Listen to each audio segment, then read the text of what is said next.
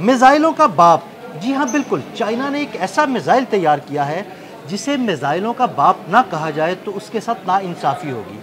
इस मिसाइल की क्या खसूसियात हैं, इस बारे में आमिर रज़ा से जानते हैं। आमिर भाई, मिसाइलों का बाप ये कहा जा रहा है कि जो चाइना ने नया मिसाइल तैयार किया है, इस बारे में हमारे नाज़रीन को ज़रा बताइएगा। ये असल में सिर्फ मिसाइल नहीं है, ये बिल्कुल जंग की टेक्नोलॉजी और जंग की तकनीक जो है उसको ही तब्दील कर देगा।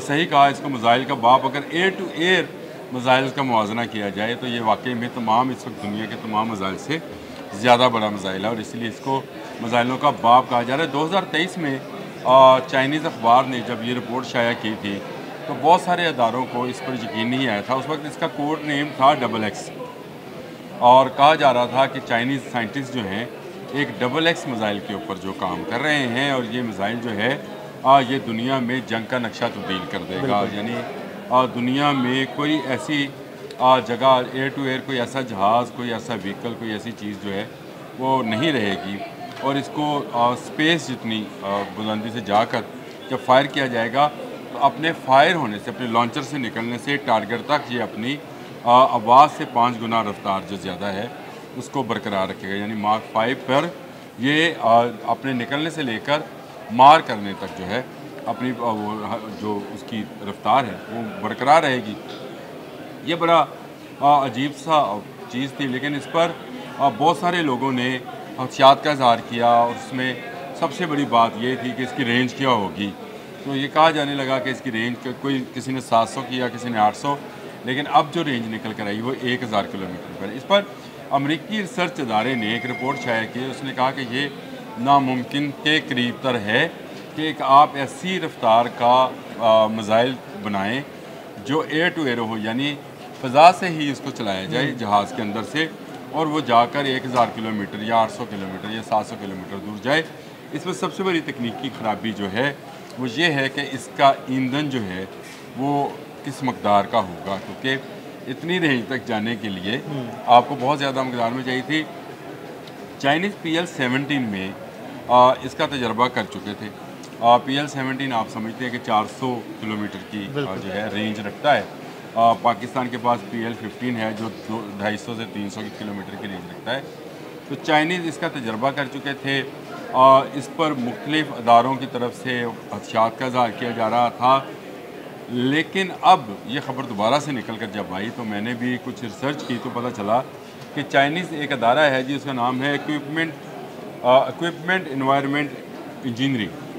उसने एक मकाला शाया किया है और इस मकाला के शाया होने के बाद से ये इस मिसाइल का नाम भी सामने आ गया है, जो अभी तक सारी जगहों पर आप उसको XX मिसाइल के नाम से ही जानते हैं। इसका मिसाइल का नाम उन्होंने PL-21 रखा है। यानी 20 के जो हम अंदाज़ा कर रहे थे कि शायद XX से मतलब XX रोमन में 10-10 से 20 होगा, लेकिन इसका नाम उन्होंने PL-21 रखा है क्योंकि XX जो था उसकी रेंज वाकई 700 थी, तो अब 1000 पे लेके गए हैं तो उसको PL-21 कर दिया है। उनका ये कहना है Shanghai academy of space flight technology ने ये तैयार किया है।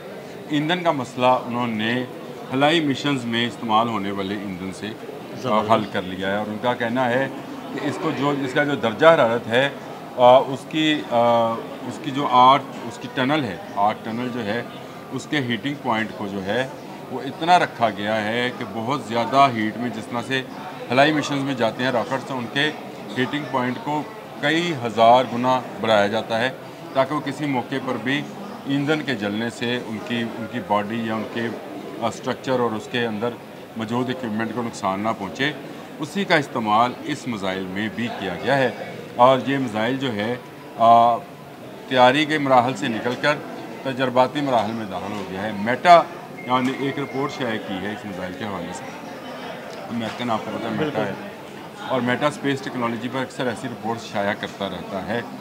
उस रिपोर्ट ने इस मिसाइल के बनने की तस्दीक कर दी है और उसका ये कहना है कि ये मिसाइल जो है, इस मिसाइल के बनने के बाद अमेरिका के लिए पूरी दुनिया में किसी भी ऐसे मिशन को जारी रखना नामुमकिन हो जाएगा जो समंदरों में से ऑपरेट किया जाता है। यानी जो समुद्रों में उसके फ्लीट चलते हैं, उसके वो जहाज़, जंगी जहाज़ चलते हैं जो कि त्यारा बरदार जहाज़ हैं, फिर उसने कहा कि अमेरिकन F-35 पर बड़ा मान कर रहे थे, B-52 बम्बार में बड़ा मान कर रहे थे।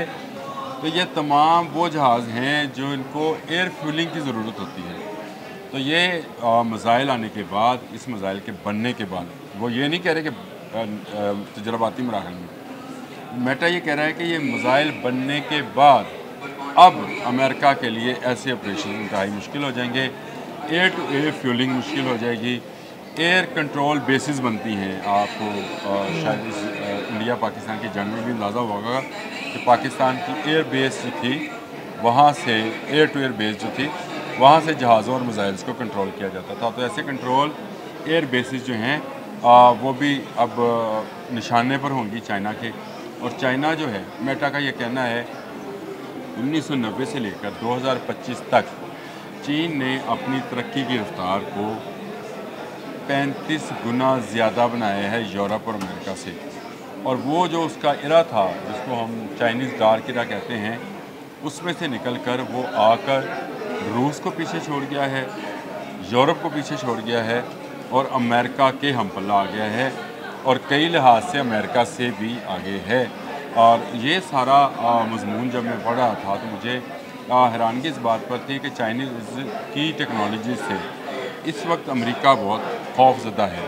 खौफज़दा क्यों ना हो, क्योंकि चाइनीज़ हर वो टेक्नोलॉजी जो कि दूसरे ममालिक के लिए ख़तरा बन सकती है, दूसरे ममालिक को दिफा को नाकाम बना सकती है, वो बना रहा है। और ये बनाते बनाते मेटा ने यह भी जिक्र किया कि ये पाकिस्तान का बहुत बड़ा लाई भी है।